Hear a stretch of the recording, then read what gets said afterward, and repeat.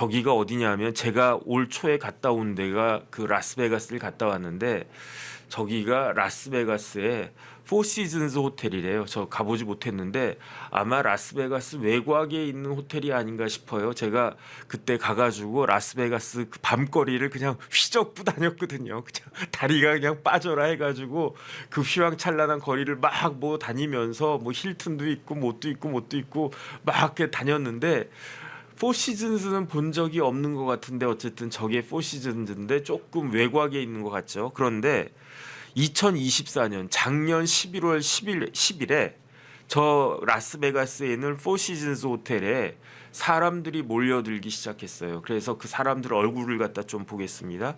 사람들을 갖다가 그 사람들이 몰려들었는데 저 사람이 누구냐? 저 사람이 수지 와일즈예요. 수지 와일즈는 지금 뭐 하는 사람인가? 백악관의 비서실장이에요. 그런데 2024년 11월 10일이면 어떤 때냐면 2024년 작년 11월 6일 19시 저녁 7시 34분에 어떤 일이 있었는가?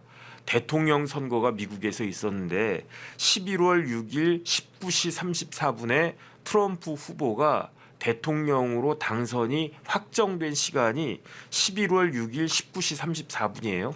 그 다음에 트럼프 대통령이 다른 사람도 아니고 저 수지 와일스라고 하는 여성을 백악관의 가장 중요한 직책이라고 할 수 있죠. 비서실장으로 임명을 한 거예요. 그러면 얼마나 바쁘겠습니까? 이제 그 쉽게 말하면 이제 그 실질적으로 임기는 2025년 올해 1월부터 시작을 했지만 할 일이 무지무지하게 많을 거 아니에요. 뭐 당선되고 나가지고 직후에. 그런데 저 수지 와일스가 11월 10일 그러니까 실질적으로 트럼프가 대통령 당선된 지 딱 사흘 만에 그 뭐 워싱턴이나 뭐 그런 데 있는 게 아니고 훌쩍 서부로 날라와 가지고 라스베가스로 날라온 거예요. 그래서 어디로 갔다? 포시즌스 호텔로 갔다. 왜 갔다?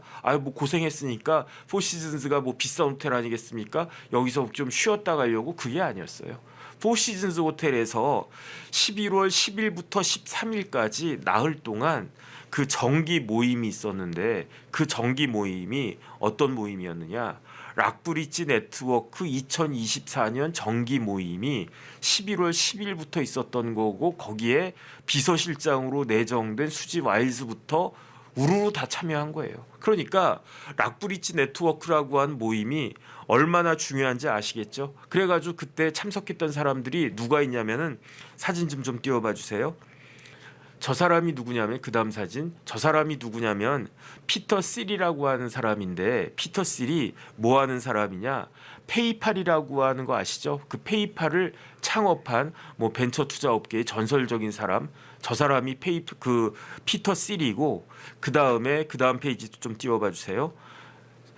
저 사람은 누구냐면 레베카 머서라고 하는 사람인데 돈이 무지무지하게 많대요. 그래가지고 공화당에 가장 많은 돈을 기부한 사람이 저 레베카 머서고 그밖에 그 플로리다의 억만장자 제임스 블레어 그 다음에 앤드릴이라고 하는 방위 사업체를 그 창업했던 파머 럭키 그 다음에 벤처 투자가인 마크 앤드리슨 이런 사람들이 다 참석을 했고 그 다음 페이지 좀 띄워봐 주세요. 트럼프 주니어 그 다음에 저 모임에 누가 또 참석을 했느냐 뭐 가운데는 정용진 회장이고 맨 오른쪽이 트럼프 주니어고 맨 왼쪽에 이렇게 입 큰 그 여성분 저분이 트럼프 주니어의 여자친구일 거예요. 그 와이프 결혼했나? 뭐 트럼프 주니어가 이혼하고 그랬는데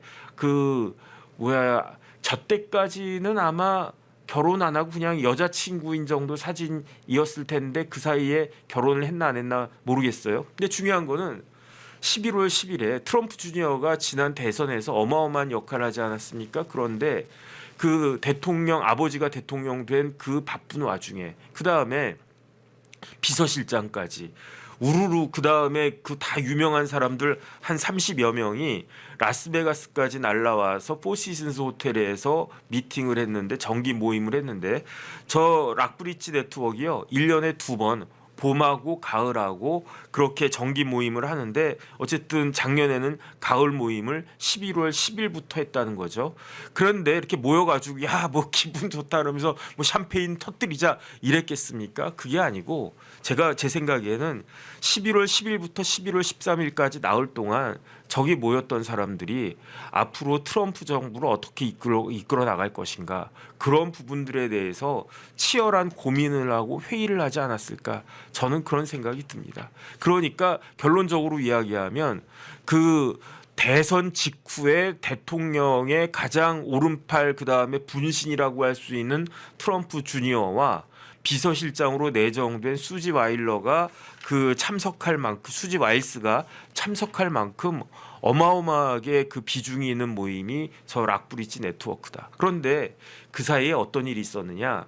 시간을 조금만 거슬러 올라가 보겠습니다. 2024년 작년 3월 4월 이때 어떤 일이 있었냐면요. 3월 4월 이때 트럼프가 대통령에 당선돼서 대통령 임기 4년 했다가 그런 다음에 뭐 부정선거다 그런 이야기를 했지만 바이든한테 패해가지고 4년의 공백기가 있었고 그러다가 다시 2024년에 그 다시 이제 또 대선이 있으니까 트럼프가 출마 선언을 했었어요. 그래가지고 쫙 준비를 갖다 하고 있었는데 그런데 2024년 4월에 트럼프 사진 좀 띄워봐 주세요. 트럼프가 대선을 포기하려고 했었대요. 작년 4월에 대선을 포기하려고 했었대. 그러면 어떻게 됐겠습니까? 그러면은 대통령이 민주당의 그 민주당 해리스가 대통령이 됐든지 아니면 공화당이 됐으면 공화당에서는 누가 됐었을 것인가? 디센티스가 됐었을 수도 있어요. 그 다음 사진 좀 띄워봐 주세요. 저 사람이 디센티스인데 플로리다 그 지금 주지사거든요. 저 아직도 50도 안 됐어요. 굉장히 젊은 사람인데 공화당의 주류는 저 디센티스를 지지하고 있었어요. 왜 지지했느냐? 일단은 젊고 그 다음에 학벌도 아주 끝내줘요. 예일 대학교 나오고 하버드 로스쿨 나오고 젊고 뭐 그러니까 공화당 주류에서는 아 디센티스를 지지해야 되겠다. 그런데 트럼프는 몰리고 있었어요. 트럼프 하면 돈이 뭐 억만장자 뭐 재벌 뭐 당연히 재벌이죠. 재벌인데 그때 작년 3월 4월 이럴 때에는 트럼프가 돈이 없었대요. 그래서 돈이 없다라고 하는 게 말이 되나? 저도 좀 이상하다라고 생각을 했는데 왜 돈이 없었느냐? 트럼프가 기소가 됐었잖아요. 누구랑 비슷합니다. 4건의 중범죄로 기소가 됐었는데 그런데 이 그 사법 리스크를 피하려고 첫 번째 미국은 변호사 비용이 비싸잖아요. 저같이 이렇게 싸지가 않습니다. 그래서 미국에서 조금 잘 나간다 싶은 변호사들 그 하이어 하려면 선임하려면 돈이 많이 들어가요. 그 다음에 미국은 돈으로 막 해결하잖아요. 그러니까 보석금 그 변호사 비용 이런 게 수억 달러를 썼대요. 그 쓸 수밖에 없었대요. 그러니까 그 뭐 트럼프가 아무리 재산이 많고 그래도 현금이라고 하는 거는 조금 뭐 말하라고 같은 거 뭐 당장 팔리는 것도 아니고 그러니까 돈이 어쨌든 말라 있었대. 그러니까 그때 트럼프가 그 사람들을 소집했는데 어디로 소집을 했느냐? 2024년 4월에 어디로 소집을 했느냐? 마라라고로 소집을 했대요. 그 마라라고 사진 좀 띄워봐 주세요. 마라라고 저기가 트럼프의 그 뭐 별장이라고 해야 되나? 트럼프의 리조트. 저기 뭐 리조트니까 돈 내면 저기서 하룻밤 묵을 수 있나? 잘 모르겠습니다. 안 가봐가지고 정용진 회장은 가봤다고 뭐 이야기를 갖다 했었죠. 저기에 사람들을 불렀는데 그 사람들이 누구냐? 락브리지 네트워크 사람들이었어요. 락브리지 네트워크 사람들이었는데 그때 결정적인 역할을 했던 사람들이 누구냐?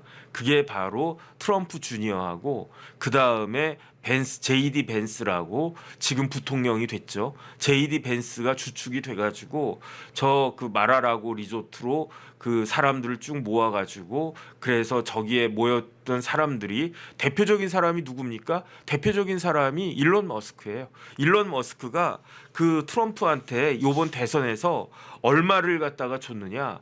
3억 8천만 달러를 줬대요. 그러면은 3억 8천만 달러가 얼마냐?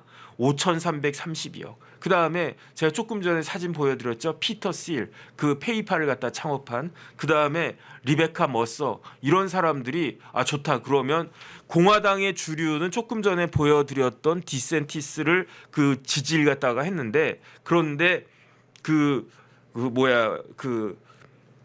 락브리지 네트워크 사람들은 공화당 주류 가지고는 안 된다.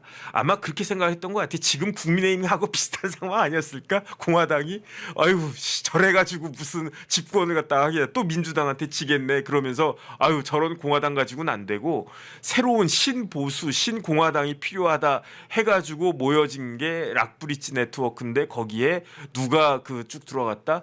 저기 보면요. 다시 한번 말씀을 드리지만 쉬프트가 그 이동하는 거 아니겠습니까? 권력의 이동인데 from 월스트리트는 뭘 상징하겠습니까? 공화당의 구주류를 상징하는 거 아닌가? 그런데 지금 빅테크는 그 빅테크로 공화당의 신주류를 만들어 보자. 공화당의 체질을 바꿔보자. 그게 락브리지 네트워크라는 거예요. 그래가지고 어쨌든 그때 사람들이 우르르 모여가지고 그때부터 이제 그 다시 트럼프가 기운 차려가지고 그 사이에 이제 그 암살될 뻔한 피습도 당하고 그런 우여곡절을 거쳐가지고 2024년 작년 11월 6일 그 19시 34분에 대통령으로 이제 딱 확정이 되고 그리고 난 다음에 최고 공신은 누가 뭐라고 해도 락브리지 네트워크다 그렇게 딱 된 거죠. 그래서 지금부터 락브리지 네트워크에 대해서 간단하게 말씀을 드리면 언제 창립이 됐느냐? 2019년에 창립이 됐어요. 그 다음 사진을 갖다가 좀 띄워봐 주세요. 2019년에 어떤 일이 있었냐면 저기 저 사진부터 조금 더 말씀을 드리겠습니다. 왼쪽에 이렇게 수염 기른 사람이 저 친구가 누구냐면 벤스예요. 저 친구가 벤스인데 저보다 나이가 많아 보이죠? 저 벤스가 몇 년생이냐면 1984년생이야. 1984년이면요. 제가 고등학교 2학년 때였거든요. 쟤는 이제 고등학교 2학년 때 태어났는데 막 수염 기르고 인상 쓰니까 저보다도 더 나이가 들어 보이네. 그 다음에 그 오른쪽에 있는 사람은 누구냐? 저 오른쪽에 있는 사람은 크리스 버스커크라고 하는 사람인데 어떤 사람이냐면 언론인이에요. 언론인이어가지고 뭐 뉴욕 타임스나 이런 데에다가 칼럼니스트 이렇게 글 잘 쓰고 그런 사람이고 그 다음에 우파 정치 컨설턴트인데 저 벤스하고 크리스 버스커크가 의기투합해가지고 만든 게 그게 뭐냐면은 락브리지 네트워크다. 어떻게 대동이 됐냐면 2019년부터 비공식적으로 작은 만찬, 그러니까 저녁 모임을 비공식적인 저녁 모임을 저 두 사람이 중심이 돼가지고 막 만들기 시작했대요. 뭐 그래서 뭐 밥을 갖다가 조금씩 뭐 거의 뭐 매일만 먹었는지 뭐 어쨌든지 모르겠는데 어쨌든 그랬던 거예요. 그러면서 저기에 모였던 사람들, 저 뒤에 있는 사람들 이렇게 쭈루룩 보면 그거 뭐 이렇게 좀 사진을 갖다가 키워 보면은 뭐 여러 유명한 사람들도 있고 뭐 미국에선 다 유명한 사람들일 거예요. 근데 이제 우리는 잘 모르지. 그래가지고 저기 누가 있나? 다 모르는 사람들이네. 어쨌든 가운데 리베카 머서가 가운데 있네요. 저 가운데 이제 그 큰 얼굴 중간에 그 리베카 머서 있죠. 그 다음에 피터 실이 그 바로 옆에 있네. 그 피터 실 저렇게 그림으로 그려놓으니까 좀 뭐 잘 모르겠는데 어쨌든 저런 사람들이 지금 주축이 돼가지고 그 한 명씩 모였는데. 의견의 일치를 받대요. 어떤 의견의 일치를 받느냐? 미국이 나아가야 할 길은 마가다. Make America Great Again. 이게 미국이 나가야 될 길이다. 트럼프가 재선에는 실패했지만 그럼에도 불구하고 트럼프가 부르짖고 주창하는 마가라고 하는 거는 올바른 거다. 이래서 마가를 모토로 삼아야 된다. 그래야지 미국이 제대로 될 수 있다. 여기에 대해서 이제 동의를 갖다가 하고 어느 정도 사람들이 이렇게 쫙 모이니까 그러니까 오하이오에 그 락브리지라고 하는 도시가 있어요. 그 지도 같은 것 좀 띄워봐 주세요. 오하이오에 저거를 조금 그 줄이면 되지 않나? 그게 다예요?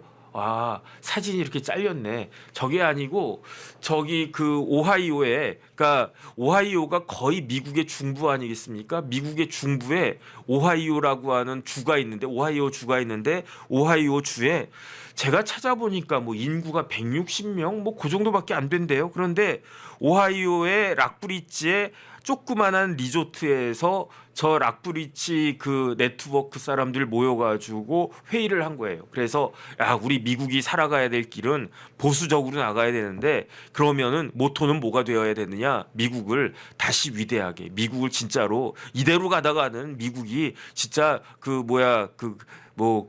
꼬질꼬질하게 된다. 그러면 안 된다. 미국이 다시 그레이트하게 돼야 된다. 그래서 막았는데 그렇죠.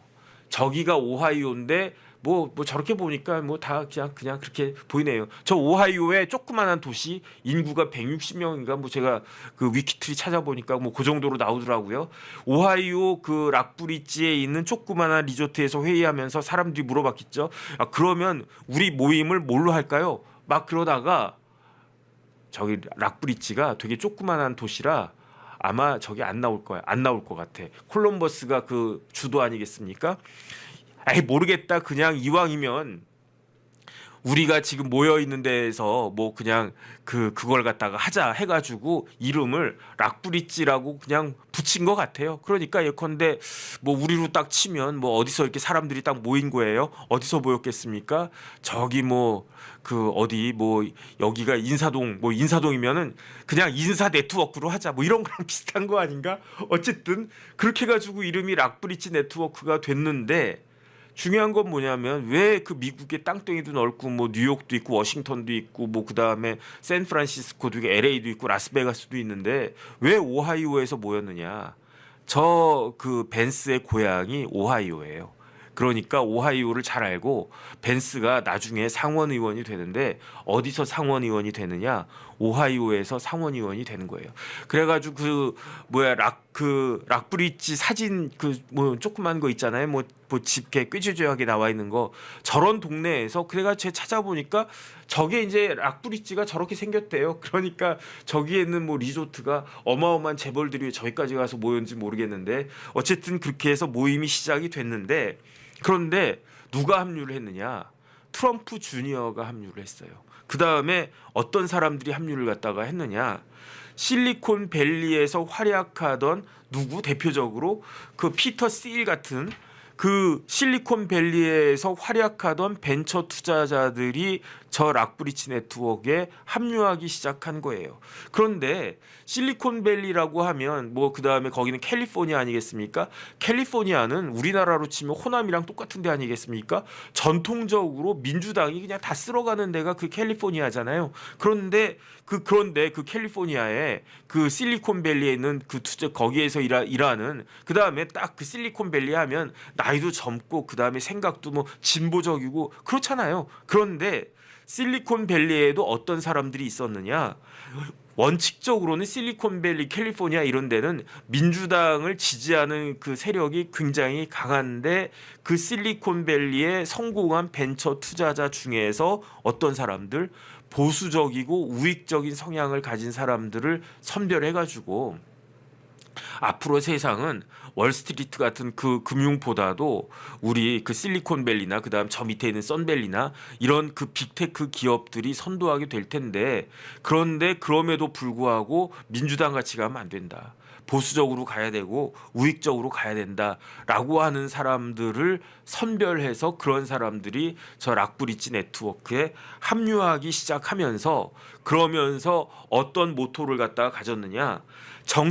정치와 비즈니스의 네트워크를 공유하자. 그러니까 정치와 비즈니스를 공유하자.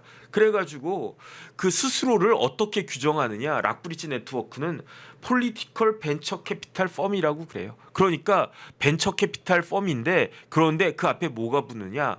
폴리티컬이 붙는 거예요. 정치적인 벤처 캐피탈 펌으로서 락브리지 네트워크다. 그런 이야기를 갖다 딱 하고 그러면서 실리콘밸리 빅테크 우파 벤처 자본가들이 뭐 잔뜩 모여가지고 그 사람들이 트럼프의 뭐를 끝까지 책임지느냐? 트럼프의 돈을 끝까지 책임지는 거예요. 선거 자금을. 그래서 다시 한번 말씀드리지만 2019년도에 그 결성을 갖다가 했습니다. 결성을 했는데 그때도 이제 반성을 하는 것 같아요. 왜냐하면 우리나라랑 미국이랑 큰 차이가 없는 것 같은 게 선거는 누가 잘합니까? 제가 봤을 때 그 선거는 그 그 사실은 제가 요번에 김민석 후보자 딱 봐도 김민석 후보자가 본인이 이렇게 열심히 일해가지고 뭐 이렇게 열심히는 사신 것 같아요. 뭐 그다음에 학위도 많고 그것도 서울대, 칭화대, 하버드 거기에다가 로스쿨까지 어마어마하게 열심히 사신 것 같은데 땀 흘려가지고 돈 번 적은 없잖아요. 그러니까 보수적인 사람들은 진짜로 막 사업을 하든 뭘 하든 뭐 회사를 다니든 자영업을 하든 그런 사람들이 사실은 그 국민의힘 지지한 사람들 중에 그런 사람들이 많지 않습니까? 그런데 민주당은 어떤 사람들이냐? 다른 건 몰라도 귀신이야 귀신. 뭐의 귀신? 선거의 귀신. 그러니까 선거를 하면 당해내질 못하고 있잖아요. 지금 총선을 도대체 몇 번째 그냥 연달아지는 겁니까? 원래 이번 대선 말고 윤석열 대통령이 당선됐던 지난 대선도요. 원래 윤석열 대통령이 이길 수가 없는 그 대선이었어요. 그 제가 그걸 어떻게 생각하느냐? 윤석열 대통령이 0.73%로 이재명 당시 후보를 꺾기는 꺾었지만 그런데 사람들이 간과하는 게 있어요. 뭘 간과하느냐? 윤석열 대통령은 안철수 후보하고 단일화가 이루어진 거고요. 그다음에 이재명 후보는 심상정 후보하고 단일화가 안 됐었어요. 심상정 후보가 얻은 게 한 2점 몇 퍼센트 됐단 말이에요. 3%까지는 안 됐는데. 그런데 심상정 그 이재명 단일화 됐으면 그때 이미 졌었어요. 그때 이미. 그러니까 그다음에 뭐 이재명 후보 그 당시에는 이런저런 뭐 이렇게 뻥뻥 터지고 그래가지고 그러니까 질 수가 없는 선거를 그 민주당에서 진 거기 때문에 그다음에 결국은 끌어내렸지 않습니까? 끌어내리고 그래가지고 다시 그 임기도 중간에 뭐 한 3년 정도밖에 3년도 못 채우고 그 끌어내려져 가지고 이렇게 다시 선거를 만든 거 아니겠습니까? 민주당도 제가 봤을 때는요 공화당보다 민주당이 그 선거는 더 잘하지 않나? 저는 그런 생각을 드는데 그러니까 보수적인 사람들이 반성을 하는 거예요. 아, 그 공화당이 정치 인프라가 부족하구나. 그러니까 정치 인프라를 깔아야 되겠다. 그 다음에 이 사람들이 그 공화당이 쇠퇴한 원인이 무엇이냐? 그건 뭐냐면은 공화당의 생태계 자체가 문제다. 제가 봤을 때 국민의힘도 마찬가지예요. 국민의힘도 생태계 자체가 문제예요. 왜 생태계 자체가 문제냐? 국민의힘은 수도권에서 거의 전멸하다시피 했잖아요. 민주당은요 호남 정당이 아닙니다. 민주당은요 호남에서 뭐 몇 석 됩니까? 얼마 안 돼요.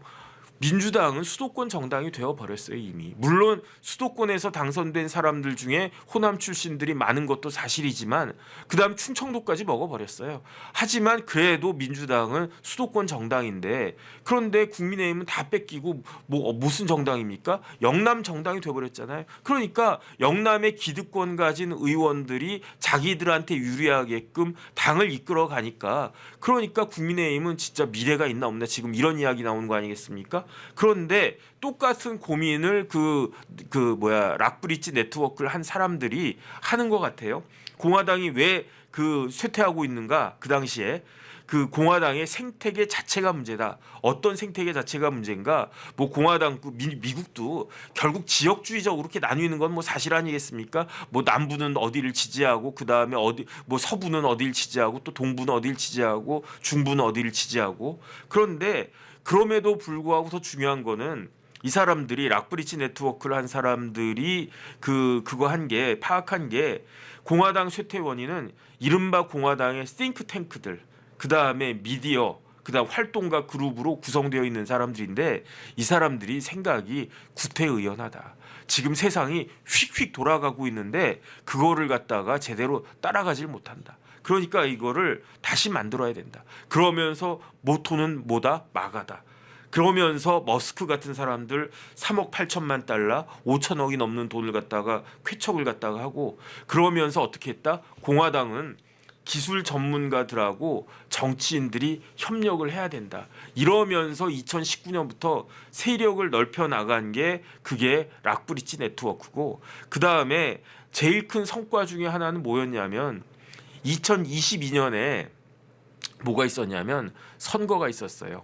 상원 의원 선거가 있었는데 그때 상원 의원을 만들자. 우리도 상원 의원을 만들자. 그러면서 누구를 갖다 지명을 했습니까?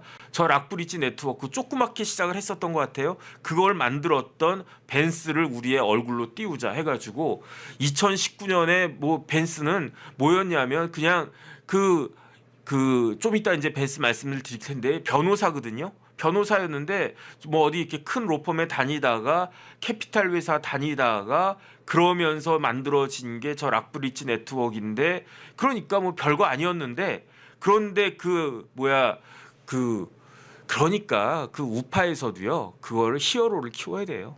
정치적인 히어로 얼굴 마담을 딱 키워가지고 이 사람을 우리의 그 미래로 만들어야 된다. 그런 게 지금 미국은 성공을 해가지고 그래서 트럼프도 당선이 되고 트럼프 이후도 미래가 있다라고 지금 보는 거 아니겠는가. 그래서 결국은 2022년에 그 벤스를 전략적으로 상원 의원으로 쭉 만들고 그리고 난 다음에 어떻게 했다? 그리고 난 다음에 트럼프를 대통령으로 만들었다. 이거예요. 그래가지고 트럼프가 딱 대통령이 됐는데 그 다음 페이지 좀 띄워봐 주세요. 뭐 그래서 지금 저 락브리지에 굉장히 이제 활동적으로 그 하는 사람들이 저 사람들인데 뭐 이렇게 그 한국에는 유명하지 않아도 미국에선 유명할 거고 그 다음에 유명하고 안 하고를 떠나가지고 지금 미국 정계에서 굉장히 큰 파워를 행사하는 그런 사람들이 될 것이다. 그 다음 페이지. 그 다음 페이지. 그 다 조금 전에 이렇게 말씀드린 사람들이고 그 다음 일론 머스크 말씀을 드렸고 그 다음 페이지. 자, 트럼프 내각이에요. 트럼프 내각인데 도널드 트럼프 대통령입니다. 트럼프가 대통령 되는데 어느 그 조직이 가장 큰 영향을 미쳤느냐? 락브리지 네트워크라고 말했잖아요. 그래가지고 부통령이 된 사람이 누구냐? 제이디 벤스예요. 제이디 벤스가 락브리지 네트워크를 만들고 그 다음에 트럼프가 결국은 트럼프가 그 손을 저기 그 벤스한테 손을 내밀고 그러니까 벤스한테 손을 내밀었다는 거는 락브리지한테 손을 내밀고 작년 4월에 그리고 난 다음에 그 트럼프가 그 벤스를 그 런닝메이트로 지명한 게 7월이거든요. 그러니까 결국은 벤스가 부통령이 됐지만 그 락브리지 네트워크가 대통령 그 트럼프 바로 밑에 부통령이 된 거예요. 제가 봤을 때는. 그리고 난 다음 보겠습니다.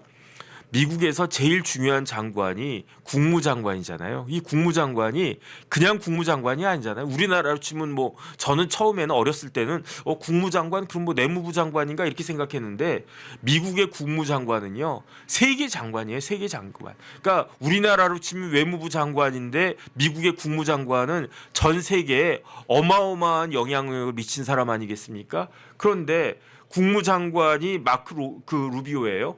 마크 루비오도 뭐다? 마크 루비오도 락브리지 네트워크예요. 그 다음에 재무부 장관, 미국의 전 세계 경제를 쥐락펴락하는 미국의 재무부 장관 스콧 베센트입니다. 뭐냐? 락브리지예요. 그 다음에 법무부 장관, 내무부 장관은 됐고 농무부 장관도 됐고 그 다음에 누가 있습니까?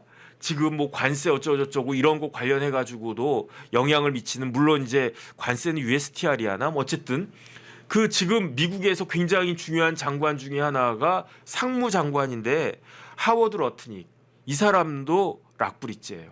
그러니까 저 미국에서 제일 중요한 사람들 뭐 두 줄인데 그런데 실질적으로 제일 중요한 넘버 1, 2, 3, 4, 5가 다 락브리지란 이야기예요. 대통령, 부통령, 국무부 장관, 재무부 장관, 그 다음에 상무부 장관까지 경제를 갖다가 세계 경제를 뒤흔드는 사람들이 다 락브리지예요. 다 거기에 그 멤버예요. 그 다음 페이지. 그리고 난 다음에 그 보건복지부 보건사회복지장관 누굽니까? 로버트 케네디의 아들 로버트 케네디 주니어. 로버트 케네디는 민주당 사람이었어요. 그런데 이제 막판에 그 다음에 민주당이 뭐 대선 후보도 하고 그러지 않았나? 그런데 트럼프한테 이제 투항을 했나? 뭐 어쨌든 뭐 지금 뭐 국민의힘에서도 민주당으로 투항한 사람들 뭐 있지 않습니까? 뭐 비슷하게 로버트 케네디 주니어도 락브리지예요. 그 다음에 쭉 내려가 보면 백악관 비서실장 있지 않습니까? 백악관 비서실장이면 진짜 그 장관들보다 더 힘이 센 사람이잖아요. 그 백악관 비서실장 수지 와이스도 뭐다? 수지 와이스도 그거예요. 그 락브리지 네트워크예요. 그 다음에 여기엔 뭐 더 이상은 없는 것 같고 그 다음 페이지. 저거 이제 수집하였으니까 됐고, 저 사람이 누구냐면 털시 게버드예요. 털시 게버드가 지난번에 미국이 이란을 딱 친 것과 관련해서 그 추미애 의원이 뭐 털시 게버드가 뭐 트럼프한테 뭐 개겼다 뭐 이런 식으로 이야기를 했는데 그거 아니라고 그랬죠. 근데 그때 제가 말씀을 잘못 드렸어요. 어떻게 말씀을 드렸냐? 제가 저 털시 게버드가 CIA 국장이다라고 말씀을 드렸는데 CIA 국장이 아니고 털시 게버드는 디렉터 오브 내셔널 인텔리전스예요.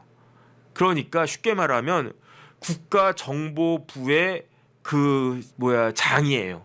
그러니까 내셔널 인텔리전스. 그러니까 우리나라 국정원이 NIS잖아요. 내셔널 인텔리전스 서비스. 그게 아마 우리나라 국가정보원인데 미국은 조금 달라가지고 제가 그 국정원에 계셨던 분들한테 오늘 아침에 이렇게 물어봤더니 미국의 국정원은 CIA 같은 데가 국정원이고 그래서 제가 CIA랑 착각을 했는데 미국의 내셔널 인텔리전스는 뭐냐면은 쉽게 말하면 미국에 정보기관이 여러 개 있지 않습니까? 뭐 우리나라도 정보기관이 뭐 예를 들어서 군에는 옛날로 치면 보안사, 지금 방첩사 그거 없앤다 만다 뭐 그런 이야기 있는데 그다음 뭐 국가정보원, 그다음 또 뭐 몇 군데 있을 텐데 미국은 그렇게 인텔리전스 오피스가 무지하게 많은데 정보기관들이 많은데 그 정보기관들을 갖다가 그런 연합체의 의장 같은 역할을 하는 게 저 털시 게버드라고 그러더라고요. 그러니까 제가 봤을 때 대통령이 힘을 실어주면은 어마어마한 그 파워를 갖고 있는 사람이 아닐까 싶은데 저 털시 게버드도 저 털시 게버드도 그 락브리지 네트워크예요.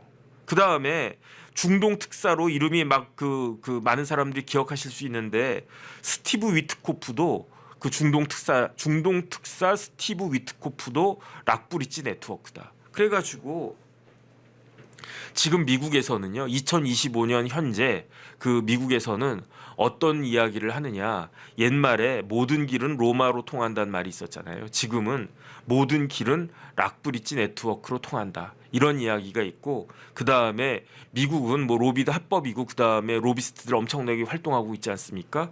로비스트의 주된 타겟이 되는 사람들이 저 네트워크에 소속된 사람들이다. 그런데 2023년에는 락브리지 네트워크 사람들이 한 125명 정도 됐었는데 지금은 숫자가 굉장히 급속도로 늘어나고 있다는 거죠.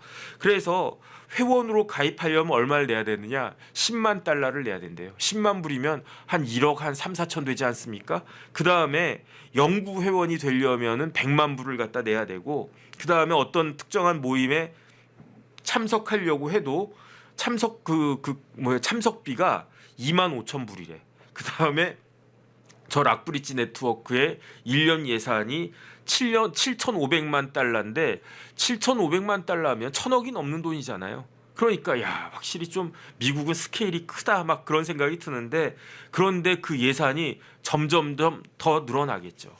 그런데 그 락브리지 네트워크가 단순히 미국만 뭐 마가 해가지고 이렇게 하자 그런 의미로 끝나는 게 아니라 미국 저 락브리지 네트워크는 이러한 보수의 이념을 전 세계로 이렇게 확산시키면서 미국의 영향력을 마찬가지로 더 공고하게 하려는 그러한 목적이 있는 것 같은데 그러니까 글로벌리 정치적 영향력을 더 확대시키려고 한 목적을 지금 가지고 있단 말이죠. 그래가지고 첫 번째 타겟이 어디라고 그랬습니까? 첫 번째 타겟이 아시아인데 그 이유는 두 가지예요. 첫 번째는 지금 미국이 생각하고 있는 나라는 딱 한 나라밖에 없어요. 그 나라는 어디다? 중국이다. 미국이 견제해야 할 나라는 중국밖에 없다. 그래서 미국은 무서운 나라예요. 미국은 어떤 나라의 GDP가 미국의 GDP의 일정 정도 수준을 넘어가면 어떻게 하느냐?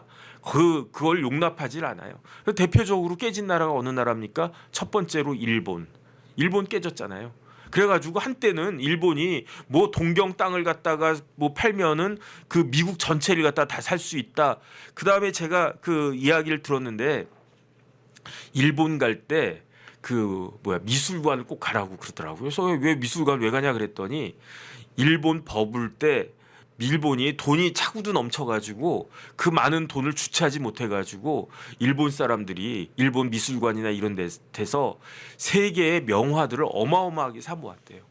그래가지고 뭐 동경이나 뭐 하다못해 뭐 나고야 뭐 이런데 그 미술관을 가도 어마어마한 그림들이 굉장히 많다는 거예요. 그런 일본이 지금 어땠습니까? 완전히 쪼그라들어가지고 우리나라보다도 1인당 GDP가 그 좀 떨어지는 그런 나라로 뭐 지금 거의 비슷할 거예요. 거의 비슷한데 일본은 저력이 있는 나라니까 다시 또 이렇게 회복될 수 있을 텐데 그런데 왜 그렇게 됐느냐? 일본의 GDP가 미국이 용납하는 수준 이상을 갖다 넘어갔기 때문에. 그 다음에 또 어떤 나라가 있었습니까? 그 나라가 어떤 나라냐면 소련도 마찬가지고 러시아도 마찬가지고. 그런데 지금 중국은요.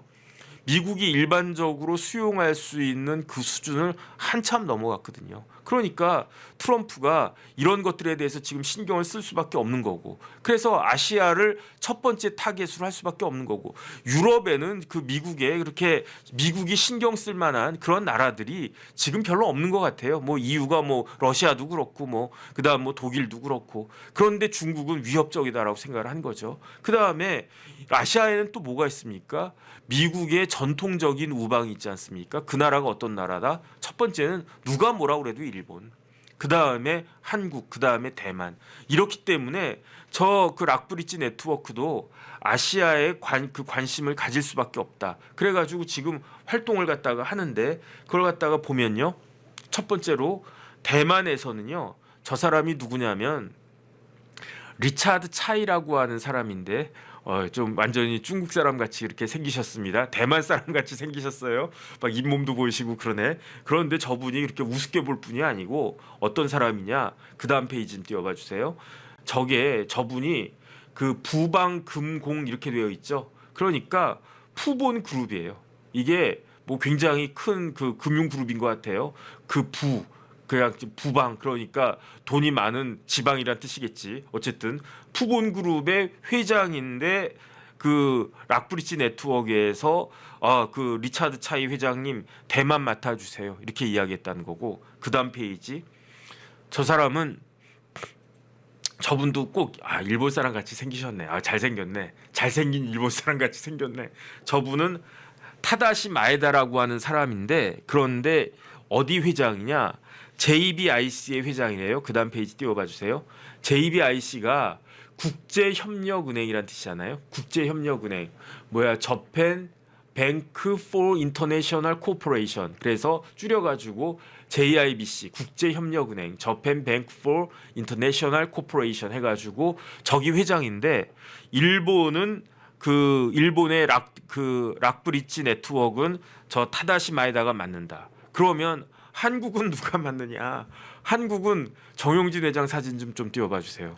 한국은 정용진 회장이 맡기로 했는데 왜 정용진 회장이 맡기로 했느냐? 누구랑 친해서? 트럼프 주니어랑 친해서. 대한민국 사람 중에 말하라고 가본 사람 있나? 그래서 보면요. 저 오른쪽 사진은 저 정용진 회장이 주니어랑 찍은 사진이고 왼쪽 사진은 사위인가 그럴 거예요. 쿠슈너인가 아마 그럴 거예요. 그 정용진 회장도 키 큰데 확실히 미국 사람들이 키가 크기는 크네. 그래가지고 어쨌든 그런 대한민국 사람 중에 말하라고 가봤다는 사람 제가 들어본 적이 없는데 정용진 회장 빼고. 그런데 정용진 회장은 그러면 뭐 트럼프 주니어가 형님 뭐 나이가 더 많으니까 그 정 회장님 그러면서 아니면 뭐 미국 사람들 그냥 말 논다면서요. 그러면 뭐 진이라고 하나 용이라고 하나 미스터 정이라고 하나 어쨌든 코리아는 당신이 맡으시오 이렇게 이야기를 했어야 맞는데 다시 한번 아까 그 사진을 띄워봐 주세요. 정용진 회장이 맡는 거는 단순히 한국만 맡는 게 아니에요. 아시아 총괄 회장을 맡겠다는 거 아니겠습니까? 그러니까 아시아 회장 정용진 밑에 대만은 리차드 차이, 일본은 타다시 마에다, 한국은 뭐 겸직하고 이런 것이 된 거 아닌가? 저는 그런 생각이 들고요. 그 다음에 저 락브리지를 우리가 주목할 수밖에 없는 게 락브리지는 뭐라고 이야기했느냐? 메이크 아메리카 그레이트 어게인의 시작은 트럼프다. 하지만은 마가의 목표는 누구다? 어차피 트럼프는요. 4년 뒤면 이제 임기가 벌써 한 6개월 지나갔어요. 3년 반 뒤면 물러나게 될 텐데 그런데 그 트럼프가 목적이 아니다. 트럼프가 종착지는 트럼프가 아니다. 그러면 목표는 어디냐? 목표는 누구냐? 바로 그 마가의 목표는 벤스란 이야기죠. 그러니까 어차피 트럼프 형님은 연세도 높으시고 연세가 지금 만으로 이제 79세가 됐으니까 이제 80 넘어갑니다. 좀 있으면 그럼 뭐 재선도 못 할 거예요. 아마 중간에 한번 그 인터벌이 있어도 그 재선 하고 싶어도 못 할 거예요. 아마 그러면은 3년 반 뒤에는 누가 후보로 나올 것인가? 제가 봤을 때는요 아마 벤스를 밀 것 같아요. 벤스를 밀 거고 그렇기 때문에 지금 저 공화당 입장에서는 신공화당 이전에 구공화당 말고 신공화당 이전에 그 신공화당 입장에서는 트럼피즘의 존속 기간은 트럼피즘이 계속될 기간은 그러니까 쉽게 말하면 트럼피즘이 집권하는 기간은 단순한 4년이 아니고 얼마다 미니멈 20년이다. 그러니까 4년에다가 벤스가 대통령하고 재선하면은 8년이니까 12년 되는 거 아니겠습니까? 그러면은 거기에다가 한 번 더 또 벤스의 후계자를 누구를 하든지 간에 한 번 더 해서 한 20년 정도는 공화당이 집권을 해야 어떻게 된다? 마가가 된다. 메이크 아메리카가 그레이트 어게인이 된다. 그 이야기인 거예요. 그래서 공화당을 재편해야 되겠다라고 하는 그런 목적 의식을 가진 단체가 저 락브리지 네트워크다. 근데 어떻습니까? 지금 우리나라는 이재명 대통령이 당선된 지 벌써 20일이 넘었는데 뭐 전화 통화는 했다고 합니다. 그런데 아직까지도 정상회담은커녕 정상회담 날짜도 잡히고 있지 않잖아요. 그러니까 그 지금 트럼프하고 미국 그 정계의 핵심하고 제일 가까운 사람은 제가 봤을 땐 누가 봐도 정영진 회장 같아요. 그러니까 정 회장이 어쨌든 그 우리나라 정권은 민주당 정권이긴 하지만 그 미국하고 관계에 있어서 중요한 역할을 할 수 있고 해야 되는 거 아닌가 저는 그런 생각이 듭니다.